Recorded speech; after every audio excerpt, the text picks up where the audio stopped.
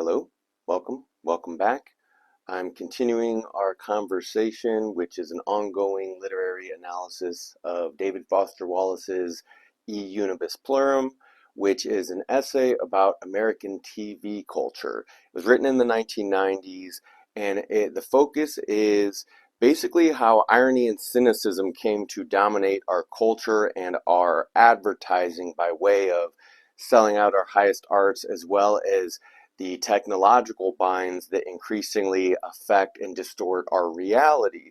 So we left off talking about TV commercialism, the kind of competition of devices and technologies that change industries like MP3s and a VCR, which you can then fast forward, or TiVo, which you could fast forward, to then now we have online content, we can skip advertising altogether. Now they figured out how to put advertising back into it. Now you have ad blockers, but now those stop working or those are shut down, right? Or, there's different ways these things play out. But he was talking about, this was about the aura of irony that saturates our TV culture. So he's talking about VCR with its dreaded fast forward and zap functions threatens the very viability of commercials, right? So it threatens the money making of our culture. Television's adversaries' sensible solution: make the ads as appealing as the shows, or at any rate try to keep Joe Briefcase from disliking the commercials enough so that he's willing to move his thumb to check out 2.5 minutes of Hazel on the Superstation while NBC sells lip balm, right? Or in modern context, it's like, I'll go check out this channel if that channel's boring. Or if there's too much advertising over here, I'll go over there, or I'll download a new ad blocker. Or at any rate, try to keep Joe, okay, said that, make the ads prettier, livelier, full of enough rapidly juxtaposed visual quanta that Joe's attention just doesn't get to wander, even if he remote kills the volume. As one ad executive underputs it, commercials are becoming more like entertaining films. Yeah, great job there, right? So there's a verse way to make commercials resemble programs. Have programs start to resemble commercials. That way the ads seem less like interruptions than pace setters, metronomes, commentaries on the show's theory. Invent a Miami Vice where there's little annoying plot to interrupt an unprecedented emphasis on appearances, visuals, attitude, a certain look. Make music videos with the same amphetaminic pace and dreamy archetypal associations as advertisements. It doesn't hurt that videos are basically long record commercials anyway. Or introduce the sponsor-supplied infomercial that poses, in a lighthearted way, as a soft news show, like Amazing Discovery or those Robert Vaughn-hosted hair loss reports that haunt TV's wee cheap hours. Right? He's talking about the old, like, if you would flip through the channels late in the morning, early in the morning, there's just advertising, just garbage, nothing of value. And you wonder, who is this for, right? It was for somebody. They were selling something to somebody. They had to fill the time, and yes, the content runs thin. Um, so still, television and its commercial sponsors had a bigger long-term worry, and that was their shaky detente with the individual viewer psyche. Given that television must resolve off antinomies about being and watching, right, contradictions about escape from daily life, the averagely intelligent viewer can't be all that happy about his daily life of high-dose watching. Right, this is what people talk about with social media in the modern context, as if it's a new issue. It's like, no, this is a old problem. Joe Briefcase might be happy enough when watching, but it was hard to think he could be too terribly happy about watching so much. Surely deep down, Joe was uncomfortable with being one part of the biggest crowd in human history, watching images that suggest that life's meaning consists in standing visibly apart from the crowd, or there to take a picture for a crowd, or, the competition of social media, the shallow and dark image contest of it all. TV's guilt, indulgence, reassurance cycle addresses these concerns on one level, right? Pure corporate boomer irresponsibility through the ages here. But might there not be some deeper way to keep Joe Briefcase firmly in the crowd of watchers by somehow associating his very viewership with transcendence of watching crowds? But that would be absurd, right? And now we're going to get into postmodern and postmodern image fiction, and how commercialism basically stole all the beats from what was modern youth culture and modern youth rebellion. What existed as a brief, momentarily organic exploration of the conundrum of the schizoid and decaying modern human condition became a commercial, a joke, right? Everything is funny. Haha, nobody can be sad, right? We got a medication for you. We got an answer. Somewhere in the endless hours of your life that you will spend wasting on someone else's hack work so they can make a living, somewhere in there is probably your answer, right? But we're going to get into these problems. So enter irony. I've said so far without support that what makes television's hegemony so resistant to critique by the new fiction of image is that TV has co-opted the distinctive forms of the same cynical, irreverent, ironic, absurdist post-World War II literature that the imagists used as touchstones. TV's own reuse of postmodern cool has actually evolved as a grimly, I think there's a Freudian slip, a grimly inspired solution to the keep Joe, these are all dashed as one word, keep Joe briefcase at once alienated from and part of the million-eyed crowd problem. Okay, and to define the million-eyed crowd problem, in the beginning of this essay that I didn't read, for this analysis here, there's a part where he quotes Ralph Waldo Emerson saying that only a certain type of man can actually withstand the gaze of millions. Most people, they actually, this gets into what he's talking about with fiction writers and fiction creators in general, is that a lot of them don't want attention. They like being oglers. A lot of people like being creepy outsiders, viewers, what's the word, not peeping toms, but voyeurs, right? And you see in our image culture, it is a culture of passivity and voyeurism. But again, we're going to further lay this out here. So keep Joe at once alienated from and part of the million-eyed crowd problem. The solution entailed a gradual shift from over-sincerity to a kind of bad boy irreverence in the big face of TV shows, us.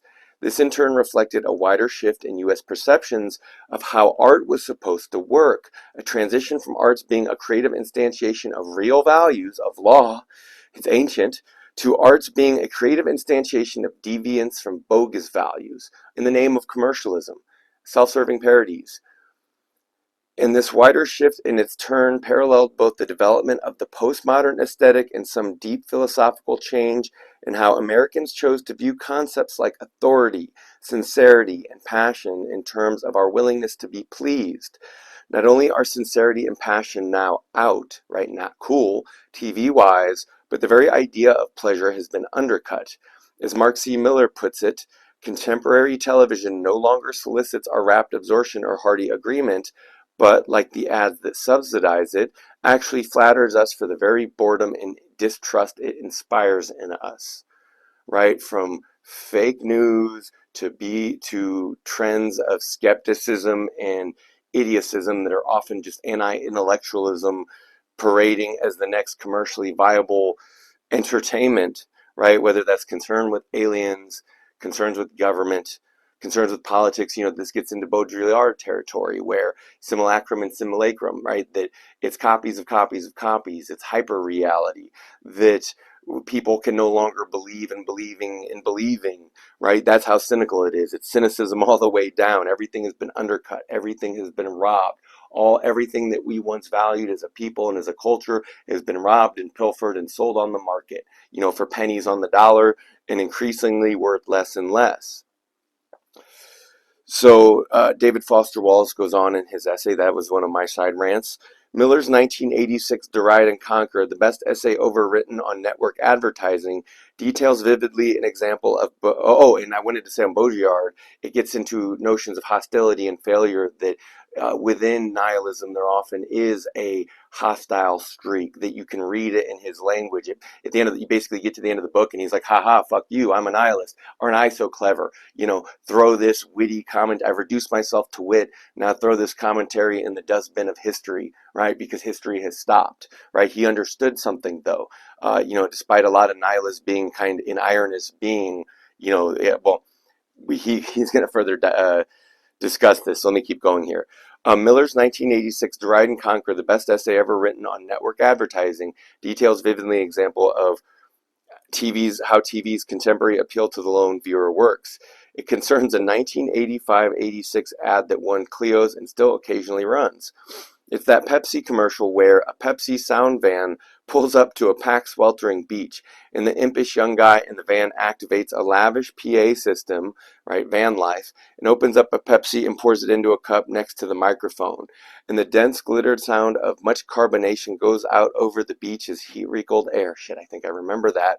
And heads turn vanwards as if pulled with strings as his gulp and refreshed, spirity sounds are broadcast. And, gulp, gulp, gulp, ah. And the final shot reveals that the sound van is also a concession truck.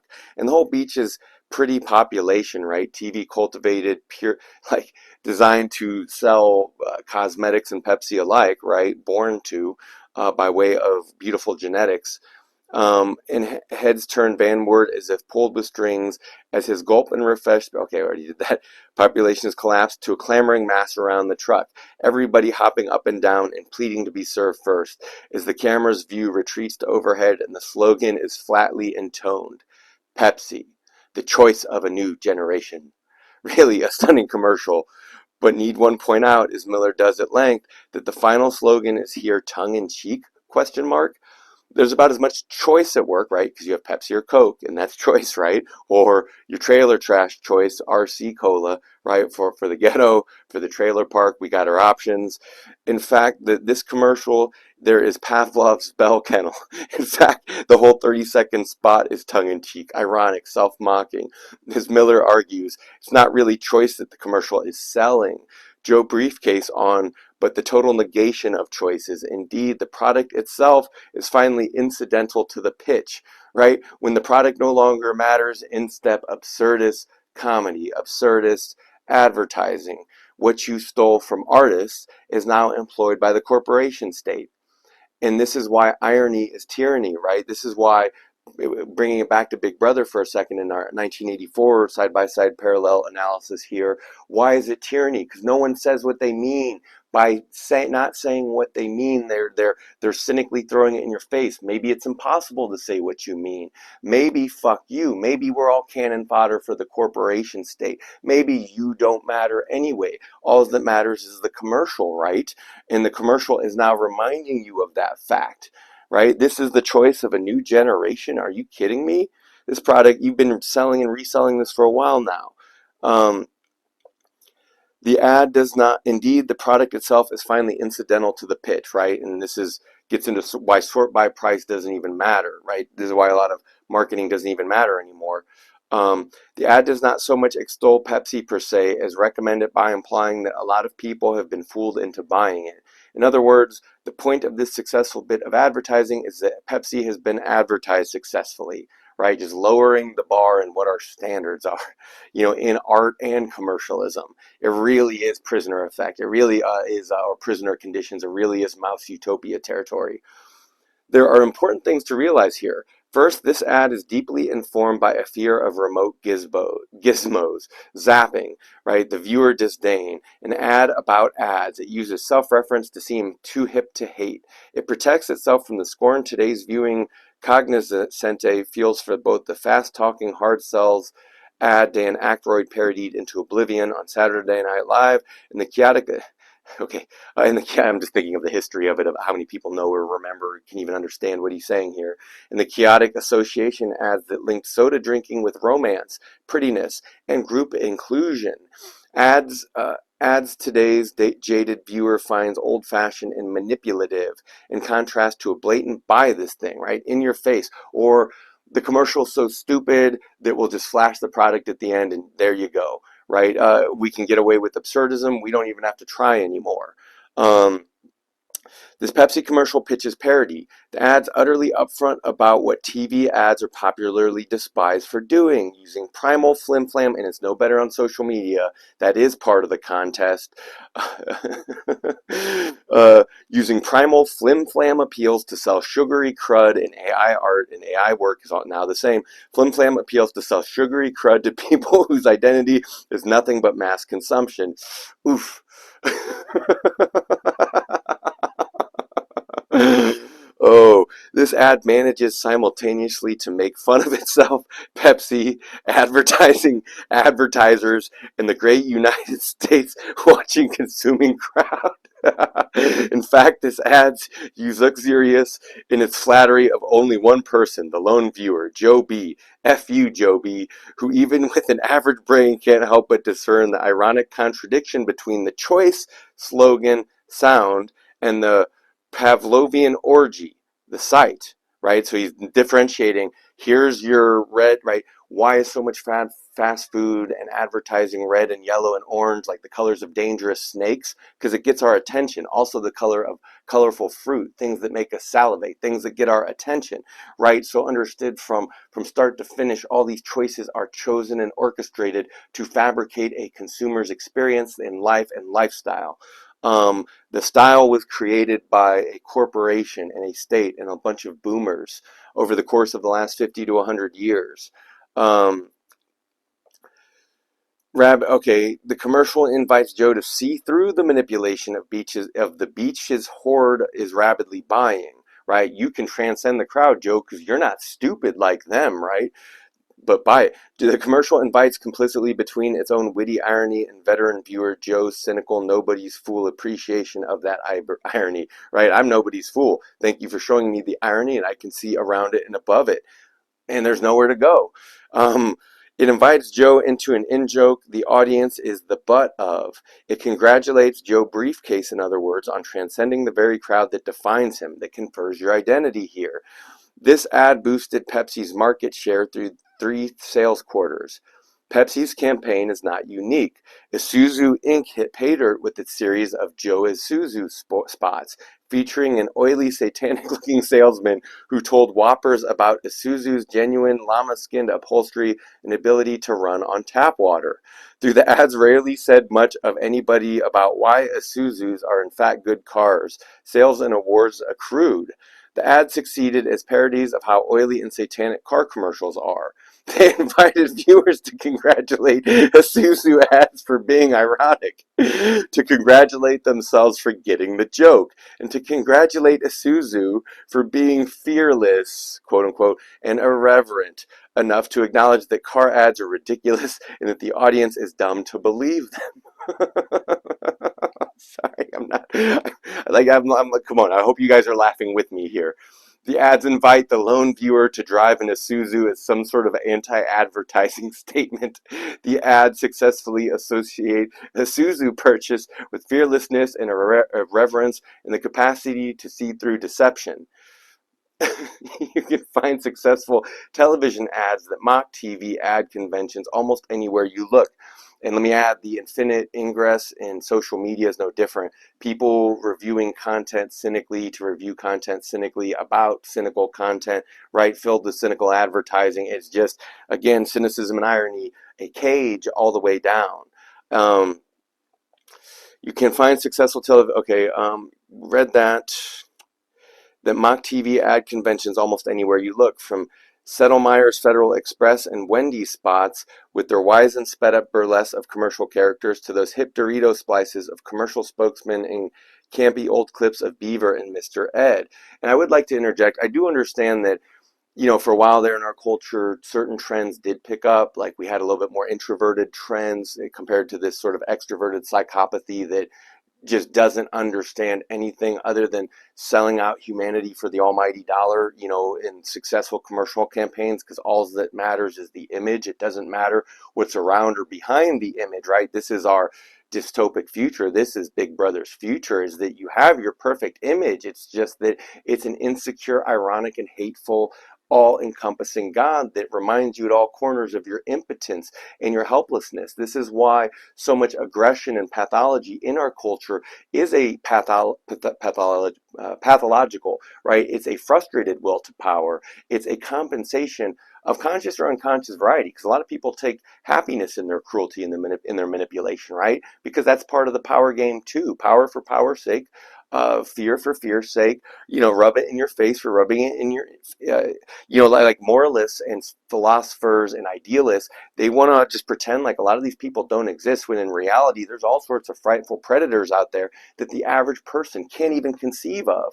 And within our commercial culture, every predatory every person who could capitalize on this capitalistic system has figured out how to, and in the forefront of it is our image future, which is an ironic and and I get it that people try to move to a post-cynical, post-ironic world of, yeah, we're being sincere again, but that's only ever a return. By the time you're moving there, it's already anachronistic, or it's already atavistic, right? Back to single entendre values, which, the hip modern ironic, sardonic person who's too cool for school and knows it all isn't going to be impressed by, at least at first glance, because we've already been driven to be too cynical by this commercial culture.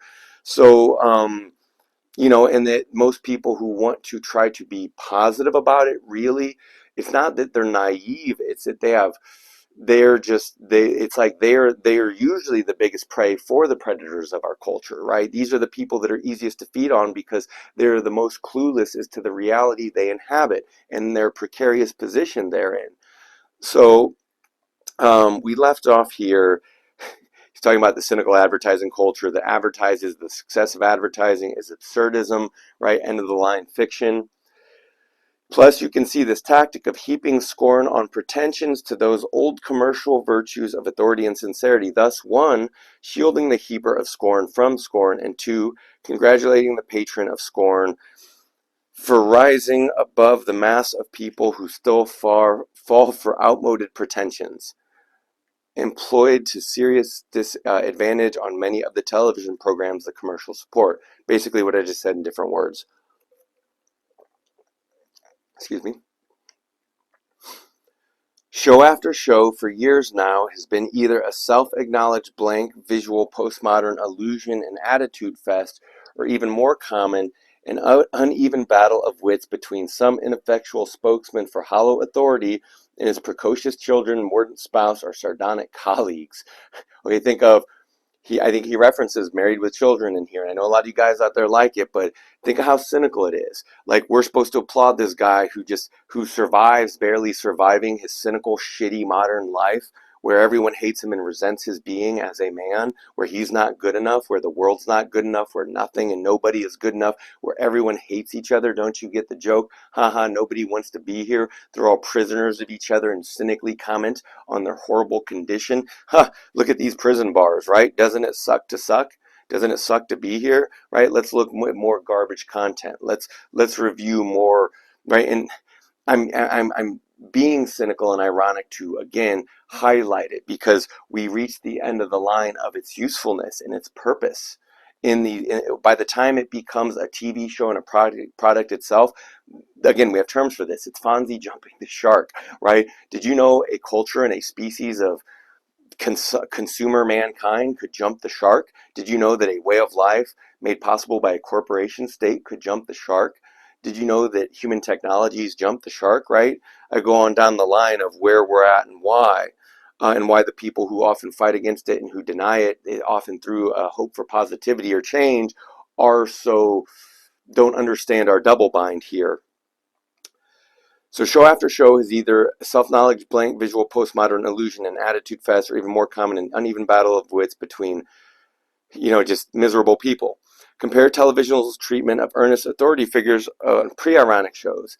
The FBI's Erskine, Star Trek's Kirk, Beaver's Ward, Partridge Family Shirley, 5-0 McGarrett's, the TV's depiction of Al Bundy on Married with Children, Mr. Owens on TV's Belvedere, Homer on The Simpsons, Daniels Hunter on Hill Street Blues, Jason Seaver on Growing Pains, Dr. Craig on Street Elsewhere. The modern sitcom in particular is almost wholly dependent on laughs and tone on the MASH-inspired savaging of some buffoonish spokesman for hypocritical pre-hip values at the hands of bitingly witty insurgents. As Hawkeye savaged Frank and later Charles, so Herb is savaged by Jennifer and Carlson by Jay Fever. I'm thinking in modern terms and modern commercial terms. Again, it's Maybe it's our overeager journalistic culture. Maybe it's our public kangaroo courts that must tear down every man, woman, and child and reveal every truth, when in reality our shallow consumer culture seems to hate humanity. It seems to hate men especially, and seems to hate women too, and it's the people who sell you the impossible standards are not the same beautiful models who are the standard and ideal that is genetic and cannot be bought or sold, but everyone tries to, or tries to sell you hacks on how to be more intelligent, how to be more clever, how to fix your boring life, right? How to fix this televisual bind, how to escape the matrix in modern parlance, right? Maybe modern masculinity gurus, or even psychologists like Dr. Jordan Peterson, who, as Dr. Jung described, appear all willy-nilly on the world stage to begin to diagnose everyone's pathologies. Now, I was thinking I was going to get further here, but it's actually really, really complicated. Shoot, and mostly I'm trying to use modern parlance, an example that modern audiences could kind of understand and relate to what he's saying about this televisual culture and the nihilistic and cynical values behind it all. Um, so he gives these examples of all these, basically they're straw men, and you can see it. I hate to even use common parlance, but okay. So you can see it in woke culture. You have caricatures of villains and archetypes and people and things. Basically, it's further reducing what was once tragic and complex art into just modern, hopeful idealism hidden behind a bland, sardonic, and ironic, too cool for school irony. It's all tyranny because it all goes nowhere. It's all a dead end. It's also no longer commercially viable, less increasingly commercially viable. We're going to see that with more of human resources, language, yet I don't know how they're going to further clamp down, how the party works with these things. Um, but he's talking about I keep reiterating the point here, but bringing it back to modern example, the TV culture, modern social media culture, it's predicated on tearing down straw men of what is in fact cheap representatives of a complex human reality in a shallow consumer culture that is not fit to diagnose or judge itself, but loves to talk about itself and judge itself and sell itself to itself. Whether that's a positive image or a negative image, it doesn't matter. Someone once said, there's no such thing as bad publicity. Like, America really took that to the bottom. America really explored what that was as a way of life to the bottom of the depths of the human soul. And it's behind the music. And it's an essay like this that shows you the rot of our culture and the misery of our people. And I guess it's getting a bit too dark here. So I'm going to go ahead and call it a wraps on this one. I'm going to go on ahead and resume our talks on David Foster Wallace's um, essay on U.S. televisual and technological culture, Unibus Pluram, From One Come Many, right? It's about our televisual and our social media bind, and we're leaving off here on why irony is tyranny, why the cynicism does not help us and is not good for us and is a blight on our culture and our art, and how the boomers sold that out, and how the modern generations pick up on both sides of the individual and group fight without even knowing the recent history, the ancient history going back thousands of years, to the tragedy of it all, the understanding there, to its modern instantiation of just a shallow image contest, right? It's been reduced from tragedy to a shallow image contest that says there is no tragedy because someone's going to win here, right? It's both the politics and the marketing, because we can't have reality intruding on the party. I had a delicate thought come to me there for a second, something not so apparent, something really in between the lines. The nuanced thought that really comes to mind here is that those who engage in this culture, whether it's the protests that they go be a part of because they saw it on TV, because our culture has long been advertising protest as a normal part of the culture that you can be seen on TV on, right? That it's an identity and it's a commercial and it's all these things, is that the people who participate in this culture now, they don't understand it in recent times, let alone ancient times. They don't understand where the ancient trend comes from and who started the arts, and they don't know where the modern trends come from. And a lot of people, if you listen to them, they think everything was just the last few decades, like things were going fine, and then all of a sudden, like a meteor hit the earth, the dinosaurs died, mankind was born about 50 years ago, and they don't understand that this mankind that you know today, this mankind in America, this commercial culture of ours, this humanity, this image it keeps presenting and representing of itself, is an image that was constructed in the last 50 to 100 years, made popular and viable by marketers and propagandists who the American people adapted over multiple generations while forgetting how and why that happened. So by the time they're selling us manly masculine values as represented on TV, those very things as a way of life, like, the Marlboro Man or the cowboys or the strong independent man, whether that's a thinker or a philosopher or a fighter going against the world or the army or the state or whoever, it's like it doesn't matter. By the time they were selling that as the most popular image in the world, it had already ceased being relevant to the average and modern man's life. Right, so at most they can act and pretend these things out. So again, a cynical society of actors representing images of images, right? Nihilism, right? A dead end, a culture trying to avoid its own circling of the drain as it runs out of itself, of the real deal. It no longer has anything left that is real. It's sold it all out. So do you see how complicated this is? Do you see how old this is? Do you see how modern this is? Do you see how it involves both the individual and the crowd? Anyway, it's getting dark. I wanted to keep going. I wanted to get further in this analysis, but it doesn't matter. Lots more to go, lots more to discuss. I'll try to keep making the images and the examples relevant and pertinent, and we'll continue this discussion tomorrow. So again, Zach Markowski, Sharper Pen Image Consulting. Thanks for checking out me and this channel, and have a good night or a good day or whatever it is wherever you are.